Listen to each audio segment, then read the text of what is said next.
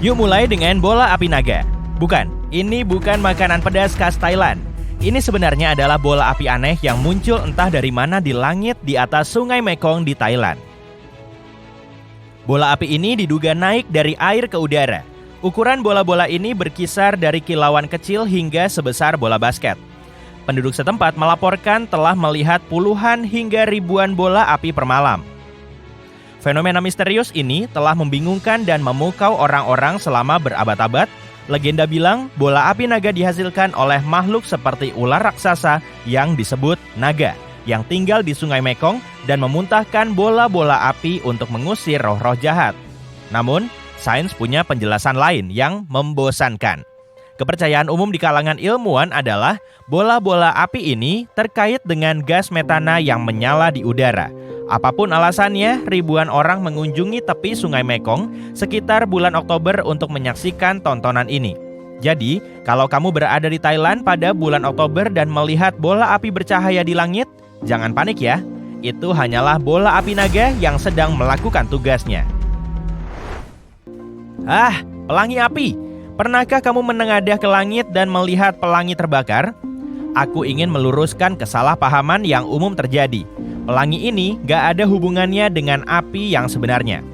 Pelangi api adalah jenis formasi awan yang disebut busur sirkum horizontal.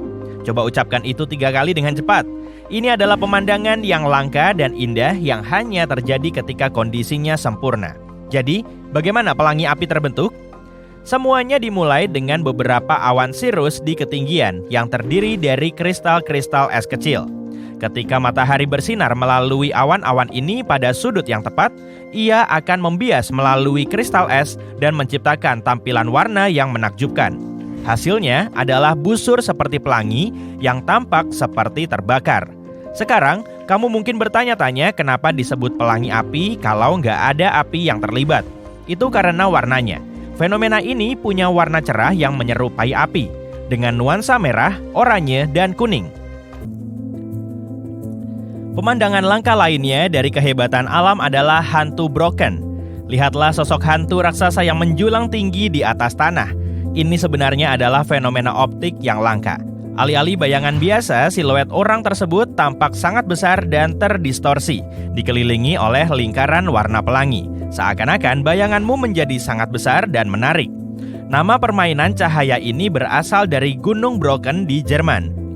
Ini adalah tempat di mana trik cahaya ini pertama kali diamati. Bayangkan kalau kamu menjadi orang pertama yang mengalaminya. Keren banget kan? Sekarang kamu mungkin bertanya-tanya bagaimana bayangan ini terbentuk. Hal ini terkait dengan cara cahaya berperilaku ketika melewati tetesan air di udara. Tetesan air ini bertindak seperti prisma kecil, membengkokkan dan membiaskan cahaya ke berbagai arah. Apabila matahari bersinar dari belakang orang yang berdiri di sana, bayangan mereka diproyeksikan ke kabut atau kabut tebal di depannya. Cahaya dibiaskan sedemikian rupa sehingga bayangan mereka tampak jauh lebih besar daripada kenyataannya. Bayangkan melihat bayangan Yeti. Jadi, lain kali saat kamu mendaki gunung, jangan sampai kamu melewatkan fenomena ini. Fenomena alam berikutnya adalah api Saint Elmo. Fenomena ini terbentuk ketika medan listrik yang kuat tercipta di atmosfer. Peristiwa alam seperti badai petir dan letusan gunung berapi memberikan kondisi yang sempurna untuk terjadinya api Saint Elmo. Hal ini juga bisa dilihat di sekitar pesawat terbang ketika bergerak melalui langit yang penuh badai. Di satu sisi, aku ingin sekali berada dalam penerbangan itu dan melihat benda bercahaya ini secara langsung. Tapi di sisi lain, aku mungkin akan panik berada sedekat itu dengannya. Nama Santo Elmo merujuk pada Santo Erasmus dari Formia. Dia dianggap sebagai santo pelindung para pelaut. Pada abad pertengahan, beberapa pelaut percaya api ini adalah tanda perlindungan ilahi. Melihat fenomena alam ini saat badai berarti mereka akan berhasil melewatinya dengan selamat. Pada saat yang sama, beberapa pelaut lainnya menganggap peristiwa ini sebagai pertanda nasib buruk dan cuaca badai yang akan datang. Cahaya biru atau ungu ini nggak hanya menarik perhatian para pelaut, tapi juga para ilmuwan. Rupanya, medan listrik mengionisasi molekul udara, menyebabkannya memancarkan cahaya yang terang dan bersinar.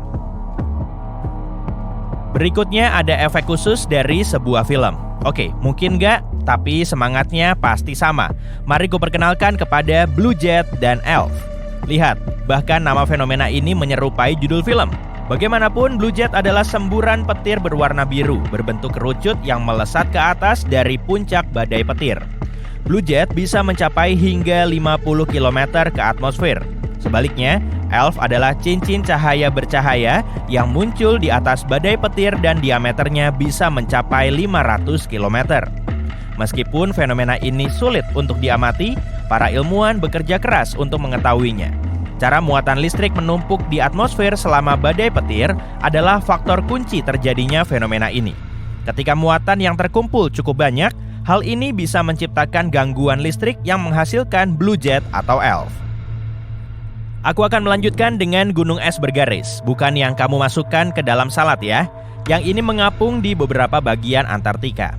Kamu tahu, ketika gunung es terlepas dari gletser, terkadang gunung es tersebut mengandung lapisan es dengan kepadatan dan kotoran yang berbeda. Massa es ini mengapung di lautan dan secara bertahap terkikis oleh angin dan air. Lapisan-lapisan es menjadi terbuka. Jadi seiring berjalannya waktu, warna dan pola yang berbeda akan terlihat. Garis-garis pada gunung es ini bisa punya warna yang berbeda, seperti biru, hijau, dan bahkan hitam. Warna-warna ini disebabkan oleh berbagai jenis sedimen dan bahan organik yang terperangkap di dalam es saat terbentuk. Beberapa gunung es juga bisa punya pola yang lebih rumit, misalnya pusaran dan spiral. Gunung-gunung ini memang terlihat seperti karya seni.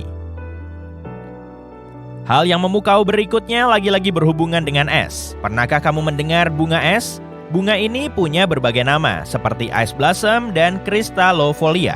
Selama musim gugur atau awal musim dingin, tanaman bertangkai panjang mengeluarkan lapisan es tipis yang bisa berbentuk seperti bunga. Formasi es ini punya sulur-sulur yang halus dan berbulu. Pada 2009, sebuah tim biologi dari University of Washington menemukan ladang bunga es di dekat Kutub Utara. Tim tersebut mencairkan beberapa bunga. Mereka mendapatkan hasil yang mengejutkan. Bunga-bunga es ini punya jumlah bakteri yang luar biasa besar. Bunga-bunga es itu seperti taman kecil, tapi bukannya daun, melainkan bakteri.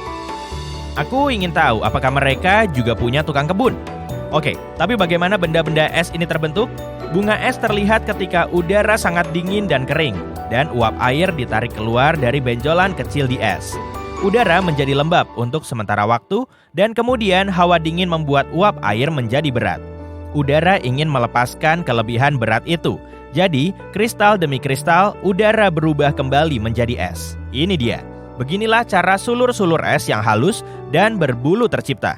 Seakan-akan es melakukan trik sulap versinya sendiri. Ada lebih banyak formasi es daripada yang bisa kita perkirakan. Aku ingin menyebutkan satu lagi, karena lihatlah warna-warna ini. Apa yang kamu lihat di layar disebut es permata. Yang ini hanya bisa dilihat di Sungai Tokachi, Jepang. Sungai ini juga dikenal karena airnya yang sebening kristal. Ketika suhu turun dan sungai membeku, bongkahan es bergerak mengikuti ombak. Bongkahan es ini terlihat seperti berlian raksasa. Es permata transparan sehingga memantulkan cahaya secara berbeda sepanjang hari. Kalau kamu mengunjungi danau saat matahari terbenam, batu-batu es berwarna kuning keemasan akan menyambutmu. Tapi kalau kamu pergi ke sana di tengah hari, batu-batu itu akan tampak berwarna biru. Warna pantulannya terkait dengan bagaimana cahaya menyebar di langit. Kalau kamu suka keajaiban alam dan memotret keindahan ini, Sungai Tokachi mungkin merupakan tempat yang harus ditambahkan ke dalam daftar wajib dikunjungimu. Jadi, apakah kamu pernah melihat salah satu fenomena ini secara langsung?